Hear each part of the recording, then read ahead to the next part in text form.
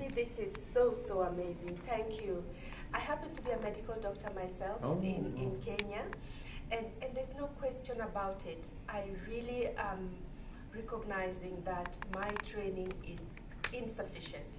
I hear you, that the biology, maybe the closest I went is the physiology and the biochemistry, and it's just in that one quantrum, that one part, and then there are all these others. And yet I spent so many years in medical school. No, but I'm really getting nobody teaches us this in that medical school. it's not enough. And that's why I'm searching. And so I'm so, so glad that I am here I think today. this is a wonderful search. Please carry on. Yeah. And I am considering this as my third medical education. The second was understanding of this integral health. And the third part is what I got into the breath work and where we are reaching. It's literally and then I also want to say that it's also very exciting. Yes, it's really, really exciting. It is. That apart from the fact that, okay, we did some wonderful things in the biology, there's all these other things, like this last one that you talked about, that just blows your mind. I can't wait to get there, but I really get that it's also a journey. And I hope that having introduced us to this, you'll at least give us a way of following through, or maybe even remaining in contact with you. But I would love to. I mean, I get any opportunity. In fact, over the next few months and years, I am going to hang up my gloves, literally, and I want to make a center for human flourishing. It's in my dreams. I sleep with it and wake up with it every morning. So it'll happen. So I didn't understand what you said earlier. You mentioned that you do the Kapalabhati 45 for 45 minutes. Yeah. How is that different? Because I do the Kapalabhati every morning, but I just do 80 times 3. So what happens when you do it for... You are recommended to do 5 times 20 at 200. And normally people are taught to do 20 times 5. 20 times 5. I see. But just out of bravado, I started doing 200, 300, 400, 500. And you did it for 45 minutes? And no, then I happened to meet this shaman. Yeah. Who told me, do you do Kapalabhati? Yes. How many can you do it? He said, when you reach 5,000 counts.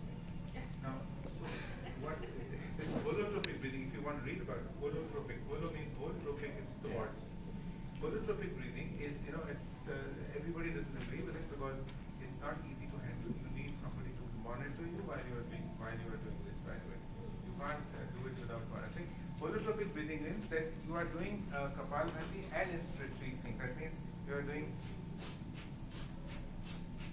That is Nisa? No, this is not Vastarika. No, Nisa? No, this is not like Vastarika. This is in and out. So, he made me do this for 3 hours, and somewhere this thing happened to me. Where I went, I don't know. But that's what you're doing. One of the ladies who was sitting with us had an orgasm for 20 minutes while doing this. I'm not joking. And you did it for 3 hours? That's what he told me. I wasn't aware of that. Yeah. Wow. Ultimately, they had to stop me because maybe I was. And how long did it take for you to get into this other state? Slowly, very good. I don't know. It took some time, but I don't know. Oh, you can't tell us. Of course.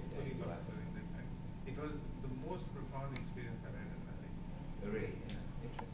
But it's still no one. Sorry? I only saw black, ghoulish figures running underwater and all that. And I was trying to swim my way out of it. So it was a bad dream then? No. You see, this actually put my theoretical knowledge into practice. That the subconscious mind, as I said, is the storehouse of all our immoral, dirty, animalistic, savage thoughts which we open and put in unconsciously. Then they emerge in dream states, and somewhere down contemplative states they color our perception. Right. So now if we can consciously open them and make friends with this, one of the methods in meditation is that until you make friends with your subconscious, you're not going to reach that. When you reach your final stage of samadhi and you're very quiet. Interesting. Can I just say, probably I'm a complete novice to this, and the reason I came is because I wanted to see my friends. But I live in the West, in London, and there's actually no facilities. The only time you can do any of these courses is through pecuniary gain. The hospitals don't believe in it, you're not going to be treated. So where does one start if you actually want to find out about all this, and what are the names? I think no have, as I said, a bumper crop of these gurus. Okay, we're late. And I had to learn this on my own because I was so disillusioned by the way things were happening here. You see, in the West, they have packaged this into little secular weekend packages. But that's not the true learning because this is a progression, slow progression. So you need to know where to start and the right places to go, which is very, very, it's impossible. You just don't know how to. I think let's all keep it just in the I want to say something. In October this month, this year, I'm going to open up near Mumbai, 2 hours away from Mumbai, kind of a place where it will be all integrated together. The Ayurveda, the ancient Indian medical therapy, which is Ayurveda, which is Ayurveda. yeah, which